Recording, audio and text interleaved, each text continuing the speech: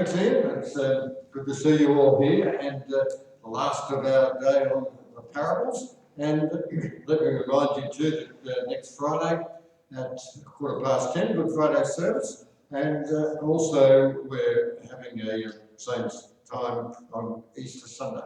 10:15 is the time to think of. And there's one glass of water which I'll have. It was interesting in the days that we were at Blackburn, and we had a right of way next door to the chapel, and we used to use it, and we bought land adjoining it and so on. We didn't want to be a pocket handkerchief type of existence as a church, and we began to think it was ours. The longer it went, the more that property was ours. And then the council said to us, well, you've been using it for a number of years, you can continue to use it all right, until we wanted to do something on the other side of that right of way. And then suddenly we discovered that it wasn't ours at all. You see, if you have something long enough, you begin to believe that it's yours. I lent a book some years ago to a minister not very far from here, and 15 years later, I was looking for that book because I needed it for some research I was doing, and I had to ring him up and say, where's my book? And he went to his shelves and said, oh, it is your book after all, it has got your name in it. And we got it back after a while, but the longer you have a thing, the more you believe it's yours. When I was a child growing up, learned the piano, I learned the piano too, and I had my uncle's piano in our home. And after a few years, our uncle decided he wanted it back. We thought it was ours. We'd had it so long, we were convinced that was the case. And that's what the story is all about. It's saying that Israel thought that they owned everything that they had. And there's a common metaphor that is used in the Old Testament that says, vineyard, God planted it, God looked after it, and God is the owner of the vineyard. Let's hear this verse. This is Isaiah. Let me sing for my beloved a love song concerning his vineyard. My beloved, Lord, had a vineyard on a very fertile hill. He dug it up and cleared it of stones and planted it with choice vines. He built a watchtower in the midst of it and hewed a wine vat in it, and he expected it to yield grapes. So, when Jesus uses this parable of a vineyard, people would sort of associate that with what they were familiar with. And they'd understand that it was all about the fact that they were the owners of the, God was the owner of the vineyard. And it raises that concept of stewardship. You see, stewardship is not a boat. Stewardship is the fact that God owns everything. It's the principle of God's ownership. And when we think of our church, it's not ours, it's God's. When we think of the family, it's not ours, it's God. When we think of our lives, it's not ours, they are God's. When we think of our bodies, they're not ours, it is God's. And I mentioned abortion last week, and I was saying I've got a fairly conservative view of abortion.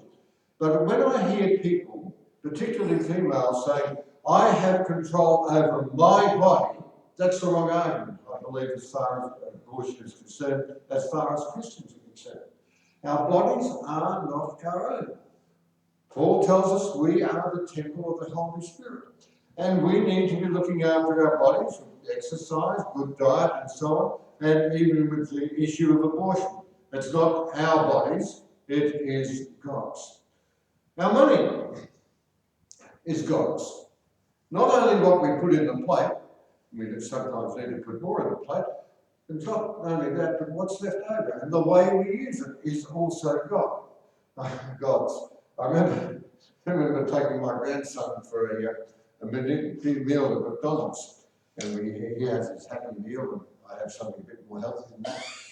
And I reached over and pinched one of his chips. Right? Grandpa, that's mine. Hey, I paid for it.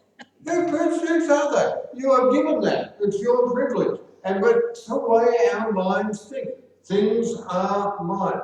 And we need to see that permeate in everything we do, even our driving habits, even our spending habits, even our family raising habits. The church is mine. Now, I want to go back in history here, and I wasn't here. I didn't hear it happen, but apparently at an annual meeting here some years ago, Peter Pitts, who I don't know if he was elder at the time or minister at the time, he stood up and said, guys, there's a handful of us here sitting on a property worth $7.9 million. We need to be thinking about moving.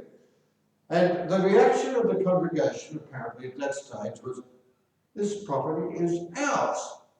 And we will not take any notice of what Peter was saying. Peter got howled down. Where Peter was right is this property is not ours, it is God's. And where he is right, when we start looking at the options that we're looking at today, we're thinking one of the options is selling up and moving and resiting somewhere else. So Peter was ahead of his time, but he had it right. This property is not ours. When you found the church and did the three ministries that we had, I inherited Blackburn, I inherited Wollongong, what Marge and I did when we took over. But Bayview, we started from scratch. And we started to think after a few years it was our property, it was our job, it was our ministry, it was our church. And God reminded it very forcibly as foundation pastors that that is not the case. It is not ours.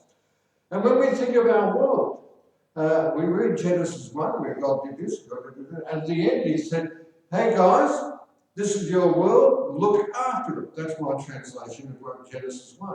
Look after it. And the issues of global warming and pollution and all that type of thing all come under the heading that the world is God.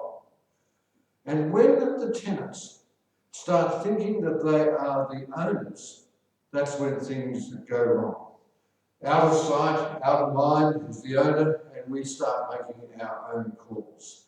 And when the owner comes back and starts making demands, we start becoming protective and defensive. And sometimes the owner in our minds can become a distant memory, and we forget who actually owns the vineyard. And so, what does God do?